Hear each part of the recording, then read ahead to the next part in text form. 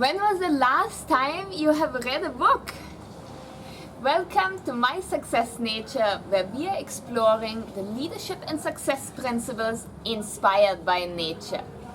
Today, the rain inspired me. Thought this is the perfect opportunity to just take a few minutes and sit down and enjoy the surroundings while everything around you is wet, it's maybe drizzling, and it's actually very inspiring when we sit on the balcony and watch the rain and inspire our mind with some new thoughts. When I came to India about 13 years ago, I got a book in hand. It was called The Greatness Guide by Robin Sharma. This is now The Greatness Guide 2. It was really inspiring. I saw it on the night market in Pondicherry and walking past by a lot of books, and so I thought, okay, a greatness guide from India, that must be the right book I need to read. And I started reading it and I got so many good ideas out of that. Now, like the Greatness Guide 2, it has like really short chapters. I want to share one of them with you. It's chapter number 50 and it says, don't wait for change. Sometimes when everyone else is waiting for someone else to take the first step, you need to be the one to drive the change. It means that you sometimes need to be the one starting with the first step and starting this change in order that everybody else can join in to this journey.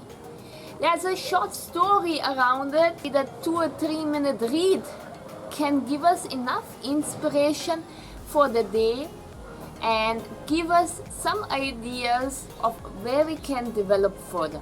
I like real stories and I like stories I can relate to, and I like to apply the learnings from the books. So a really good one is also The Monk Who Sold His Ferrari. I think that's quite old now, and there are many others by Robin Sharma, and I really love them because you identify yourself with one of the characters and you go through the journey together. It's like living in a parallel world, and you learn as the character learns through the journey, and then you can apply it in your own life. I have very few hardcovers because since many years I'm having all my library over here, and I use Audible. I love Audible because it's audiobooks and it's exactly the same books you buy in a hard copy. This is the library. There are possibly for me 278 titles, it says, and I think 98% I have finished all of these books. The advantage of having it on Audible, it's much easier to listen to it. A book takes about 5 or 6 hours in the Audible version, and 5 or 6 hours when you calculate. You can listen to it while doing sports, you can listen to it while you're on a drive, while you're cooking, while you're doing anything else. So just half an hour a day is super simple. So in 1 or 2 weeks you will finish a book, and that's what I usually do.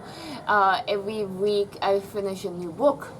There are some amazing ideas you come across in books, like even the Checklist Manifesto is an amazing book.